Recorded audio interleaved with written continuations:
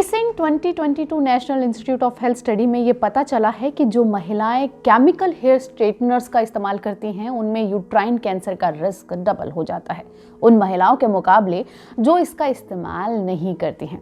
वहीं साल 2019 की एक दूसरी स्टडी में ये बात सामने आई कि वे महिलाएं जो केमिकल हेयर स्ट्रेटनर्स का इस्तेमाल करती हैं उनमें ब्रेस्ट कैंसर के मामलों में 30% की बढ़ोतरी देखी गई।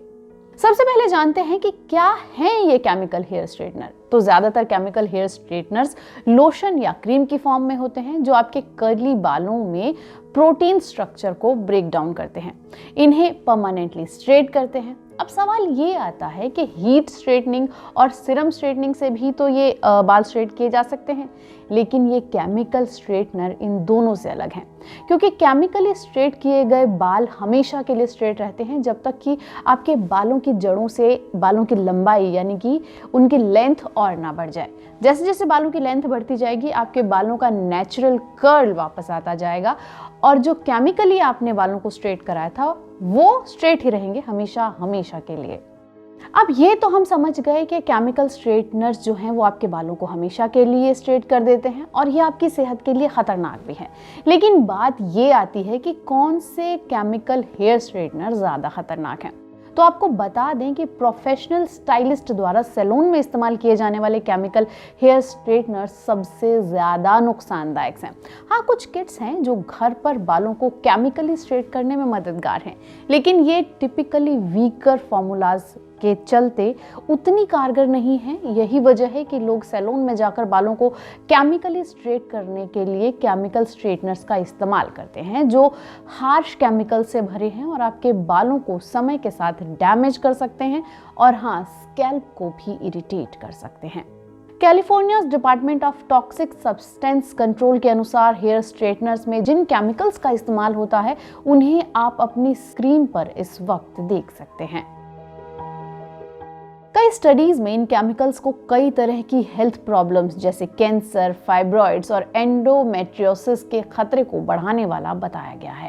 केमिकल हेयर स्ट्रेटनर्स और कैंसर के बीच इस लिंक को समझने के लिए चलते हैं एक्सपर्ट के पास और डॉक्टर सुरेंद्र डबास से जानते हैं दोनों के बीच संबंध के बारे में।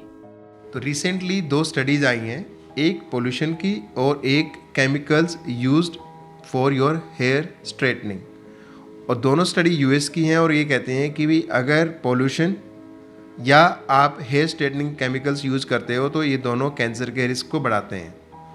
और इन दोनों स्टडी का जो कंक्लूजन ये था कि भी ये आपके ब्रेस्ट कैंसर के इंसिडेंट्स को बढ़ाती हैं। और अगर आप स्टडी के डिटेल में जाओगे क्या रीज़न है कि पोल्यूशन या chemical use for your hair straightening increases the risk of breast cancer, the reason is that the chemicals used during your hair straightening, जिसका एक नाम है फॉर्मल्डिहाइड, एक केमिकल है ये, वो यूज़ होता है, वो आपकी स्किन के नीचे फैट की तरफ जाता है और फैट को कन्वर्ट कराता है हॉर्मोन्स में। सो जो फीमेल कैंसर है, मेनली ब्रेस्ट कैंसर या यूट्राइन कैंसर, ये हार्मोनल कैंसर कहते हैं हम इनको, और फैट आपका हॉर्मोन्स में कन्वर्ट होकर जैसे ही एस्ट्रोजन का लेवल कहते हैं हाई होता है तो आपका breast cancer plus uterine cancer के रिस्क बढ़ाता है। सेम चीज़ पोल्यूशन में देखी गई, सेम चीज़ chemicals used during your hair straightening देखी गई कि ये दोनों ही स्टडी ये कहती है कि भी इनकी वजह से हार्मोनल इम्बैलेंस होता है और हार्मोनल इम्बैलेंस होने की वजह से आपका कैंसर का रिस्क बढ़ जाता है। सो ये एक टॉपिक है जिस पे और रिसर्च होनी चाहिए कि क्या ये फैक्ट है। आप उनकी रिसर्च में ये देखा गया है जो फीमेल केमिकल्स यूज़ करती हैं या एरिया जहाँ पोल्यूशन ज़्यादा है, एयर पोल्यूशन, तो उन एरियाज़ में कैंसर ब्रेस्ट का और यूट्रस का ज़्यादा मिला है एज़ कम्पेयर टू जहाँ सिटीज़ जहाँ पे पोल्यूशन कम है और जहाँ फीमेल केमिकल्स कम यूज़ करती हैं। तो ये बहुत ही हॉट टॉपिक है रिसर्च के लिए। क्या एक्चुअल में ये रीजंस हैं? अगर ये एक्चुअल में रीजंस हैं तो should we ban chemicals used for hair straightening और cosmetic things? So we have to go a long way in this, and this is a very hot important topic to discuss और to research more कि आगे क्या होने वाला है। वैसे ही cancer का इंसिडेंस इतना ज़्यादा बढ़ रहा है तो क्या हम इन फैक्टर्स को कम कर सकते हैं जिनसे कैंसर का इंसिडेंस कम हो जाए? मीन्स एयर पोल्यूशन और केमिकल दोनों को स्टडी करना बहुत ज़रूरी है, और अगर ऐसा है तो please stop using this chemicals. How to chemical hair straightener work, अब ये भी जान लेते हैं कि ये रासायनिक हेयर स्ट्रेटनर काम कैसे करते हैं। असल में केमिकल हेयर स्ट्रेटनर्स में केमिकल क्रीम्स की मदद से बालों में मौजूद एक प्रोटीन बॉन्ड्स को ब्रेक किया जाता है। इस प्रोटीन को डाइसल्फाइड्स कहा जाता है।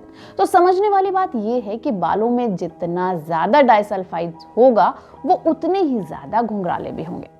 तो जो बाल घुंघराले होते हैं उनमें डाइसल्फाइड बॉन्ड्स ज्यादा होते हैं। ऐसे में जितने ज्यादा घुंघराले बाल होंगे उतने ही ज्यादा केमिकल का इस्तेमाल इस बॉन्ड को ब्रेक करने के लिए किया जाएगा। एक बार जब बालों के प्रोटीन बॉन्ड्स को ब्रेक कर दिया जाता है तो स्टाइलिस्ट इसी डाइसल्फाइड्स बॉन्ड को फिर से सुधारने के लिए एक न्यूट्रलाइजर का इस्तेमाल करता है। बॉन्ड्स में सुधार के समय स्टाइलिस्ट बालों को सीधा करने के लिए उन्हें एक नए आकार में कॉन्फ़िगर कर देता है और वो बाल हमेशा हमेशा के लिए स्ट्रेट हो जाते हैं। अब एक्सपर्ट से जानते हैं कि केमिकल हेयर स्ट्रेटनर्स में इस्तेमाल किए जाने वाले ये केमिकल्स आपके शरीर पर किस तरह से असर कर सकते हैं और क्या ये सिर्फ उसी व्यक्ति के लिए नुकसानदायक हैं जो हेयर स्ट्रेटनिंग करा रहा है, या हेयर स्ट्रेटनिंग देने वाले पार्लर और सैलून्स में जो लोग काम कर रहे हैं ये उनके लिए भी खतरनाक है। ये केमिकल्स जो हैं आपके लिए एलर्जिक डर्मेटाइटिस कर सकते हैं, इरिटेंट डर्मेटाइटिस कर सकते हैं, एलोपेशिया जिसका मतलब है हेयर फॉल। हमने देखा है जो लोग केमिकल हेयर स्ट्रेटनर यूज़ करते हैं उनके बाल आधे हो जाते हैं लिटरली साल भर के अंदर अंदर और एक बार यूज़ करने के बाद। सो डेंजरस चीज़ें हैं, डैमेज कर सकते हैं आपके बालों को, फ्रिजी बना सकते हैं, एक्जीमा कर सकते हैं, बर्न्स कर सकते हैं, बोथ मेल्स में और फीमेल्स में। पर इनका जो सबसे डेंजरस साइड इफ़ेक्ट है मेरी नज़रों में वो है कैंसर करना। एक स्टडी के अनुसार जो लेडीज़ साल में 4 बारी हेयर स्ट्रेटनर्स यूज़ करती हैं उनके अंदर यूट्राइन कैंसर की जो परसेंटेज है वो 2 टाइम्स हो जाती है, मतलब 2 गुना ज़्यादा उनके अंदर चांसेस हैं ओवर नॉर्मल फीमेल्स। ये एडोलेसेंट लड़कियों में और ख़तरनाक हो जाता है जिनके अंदर ब्रेस्ट टिश्यू डेवलप हो रहा होता है। तो 10 to 15 ईयर्स की जो लड़कियां हेयर स्ट्रेटनर्स यूज़ करती हैं जिनके अंदर ब्रेस्ट टिश्यू डेवलप हो रहा होता है उनके अंदर ब्रेस्ट कैंसर के रिस्क मल्टीपल टाइम्स बढ़ जाते हैं। तो सिर्फ यूट्राइन कैंसर नहीं, ब्रेस्ट कैंसर भी हो सकता है, एंडोमेट्रियोसिस हो सकता है, फाइब्रॉइड्स हो सकते हैं। अब क्यों हो सकते हैं? बिकॉज जैसे मैंने आपको बताया ये केमिकल्स यूज होते हैं इसके अंदर। अब क्या केमिकल्स हैं? प्रिजर्वेटिव जैसे पैराबेन हो गया। अब paraben is a known carcinogenic और ये सिर्फ हेयर स्ट्रेटनर्स में यूज़ नहीं किया जाता, ये कॉस्मेटिक इंडस्ट्री में नॉर्मली भी यूज़ किया जा सकता है। आपके क्रीम्स में यूज़ किया जाता है, आपके सिरम्स में यूज़ किया जाता है, आपके हेयर केयर प्रोडक्ट्स में यूज़ किया जाता है, बट आपके हेयर स्ट्रेटनर्स में भी इसका इस्तेमाल काफ़ी मात्रा में होता है और ये आपके हार्मोन्स को भी इम्बैलेंस करता है, कैंसर भी करता है। फॉर्मेल्डिहाइड, फॉर्मेल्डिहाइड नोन कॉज है यूट्राइन कैंसर का। ये भी हार्मोनल इम्बैलेंस करता है और ये कैंसर की जो परसेंटेज है और चांसेस जो हैं ये सिर्फ उन लोगों में ज़्यादा नहीं होते जो यूज़ कर रहे हैं, बट जो पार्लर में लड़कियां अप्लाई करती हैं इन चीज़ों को उनके अंदर भी इन चीज़ों के कैंसर के जो रिस्क हैं वो बहुत बढ़ जाते हैं। तो जैसा कि डॉक्टर ने बताया कि इन केमिकल्स का आपकी सेहत पर सीधा असर पड़ता है और कॉस्मेटिक्स में भी बहुत से ऐसे केमिकल्स हैं जिनका इस्तेमाल किया जाता है आपको खूबसूरत और जवान दिखाने के लिए, लेकिन ये आपको कैंसर जैसे भयानक रोग दे सकते हैं। इनका इस्तेमाल करने से बचें। अगर ज़रूरत ज़्यादा ना हो तो घरेलू नुस्खों का इस्तेमाल करें।